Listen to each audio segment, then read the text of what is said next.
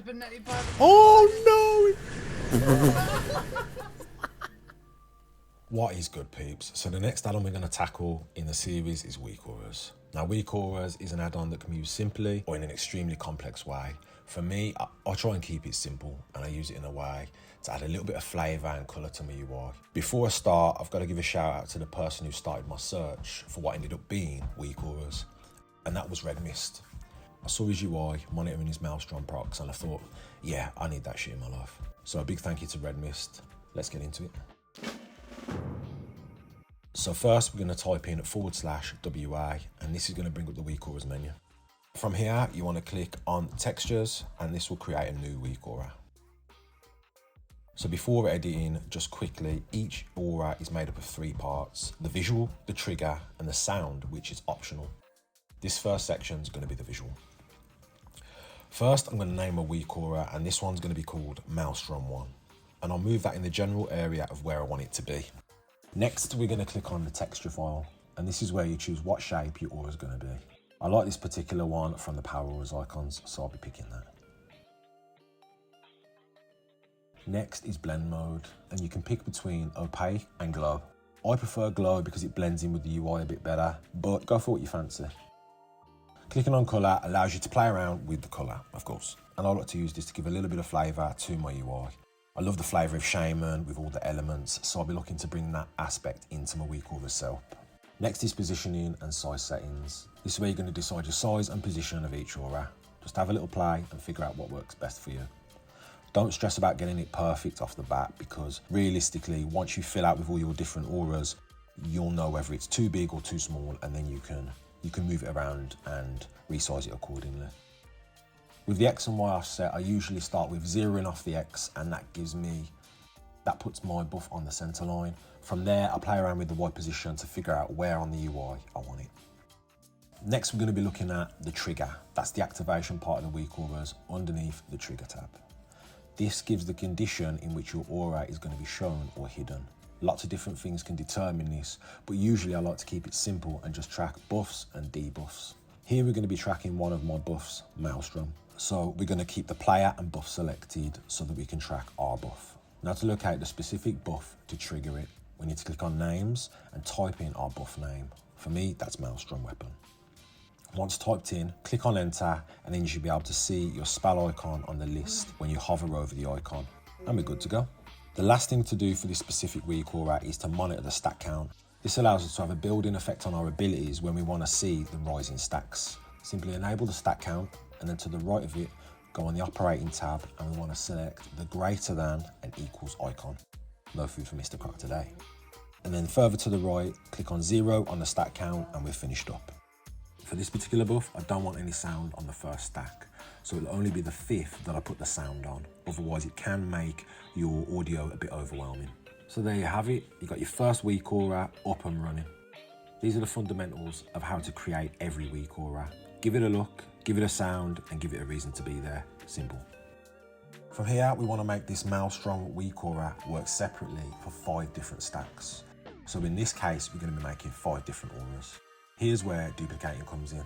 Right click on the first aura and then select duplicate. You want to name this one number 2 if it hasn't automatically done it for you. There are 2 things I'm looking to change on this, and the first one is going to be the trigger. And all we're going to do is simply change the stat count, simply changing it to 2 so it shows when there are 2 or more stacks of Maelstrom instead of 1. This gives the auras that nice building up feeling visually, which I really like. The second thing is the colour, because you know I like my flavour. So I'm going to be going onto the colour wheel, and I'm going to move it slightly towards a single direction, and each time I duplicate, I'm going to move it more and more in that direction, and that should give it a nice smooth gradient effect once it's all finished up and laid out. Now that I've got the main weak aura buffs made up, I'm going to tweak them as I see fit regarding their size and their position again. First, I'll be moving the menu off to the side so I can see the layout of all the weak auras more clearly. Then at the header of the weak auras, click on the little green eyeball until it opens up. This will open up all the weak auras and make them visible while you're customizing them. From here, I'm going to be tweaking the size of each aura while adjusting the spacing between each one manually. My spacings personally are 45 apart, so going from 1 to 5 on the x-axis, they're going to be numbered -90, minus 45, 0, 45 and 90. So the last thing to do with this first part of the weak auras is the sound. I'm going to put the sound on the 5th stack of the Maelstrom weapon to let me know that I've got an instant cast. I did used to have one for every single stack, but it nearly ended my teammate when we played, I'm not going to lie. So I've modded this one down for you, Chris. Right, so now the Maelstrom weak auras are sorted, we can go and test them out on the dummies. The first 4 stacks don't have any sound cue, but the last one has the sonar sound to let me know that I can blow some lips off. And it's also got that nice gradient effect I was looking for. Now that that's sorted, it's time to get to work on the second set of auras. So going back into the menu with /WA, we're going to be clicking on New Aura at the top of the screen to create a new one. So Searing Flames is the next one, and it's a debuff that's basically going to monitor the stacks of Searing Flames on our enemy. To do this, all you've got to do is simply change the unit from player to target, and then the aura from buff to debuff. It was tracking a buff on you, and now it's going to be tracking a debuff on your target. Simple. I followed suit with my Searing Flames, and I put a separate sound on my 5th Searing Flames stack. This is a sound that I recently heard and I liked it. It's low key, it's not too overbearing, and it is the glass sound effect, so I'm chucking that one on. Going through the spacing, I'm going to be lining them up exactly the same as the Maelstrom weapon, so I'm going to be going for 45s, everything lined up nicely.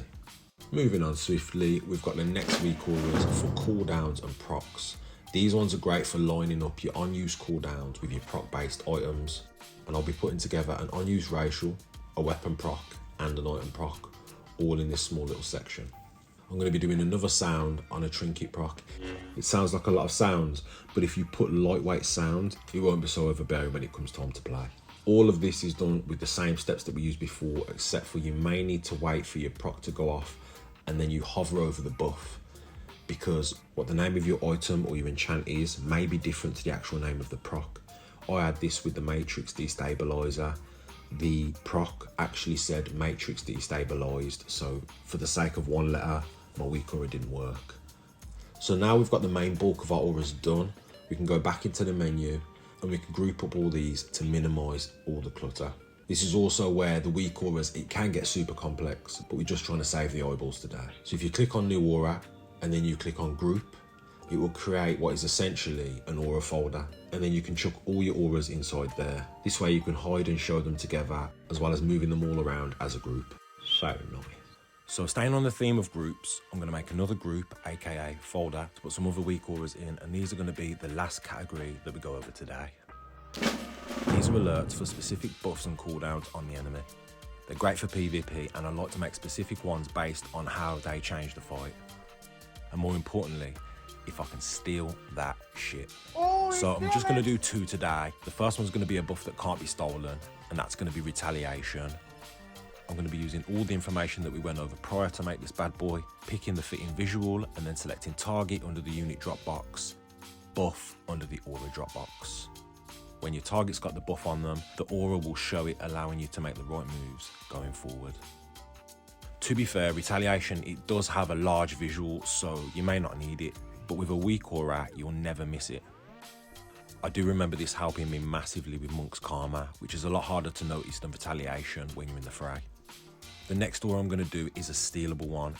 I like to use this for things like Nature's Grasp, but also for offensive cooldowns to shut down, like a Mage's Icy Veins or Power Infusion. As you can see here, the buff is activated, and it shows immediately on the center of my screen, no matter which way I'm facing. This gives me plenty of notice to do what I need to do. My eyeballs aren't what they used to be, peeps. And there you have it, everything you need to get sorted for your weak aura fundamentals. If this vid helped ya, show me some love, drop me a sub. It motivates me to make more videos helping others. Take it easy, peeps.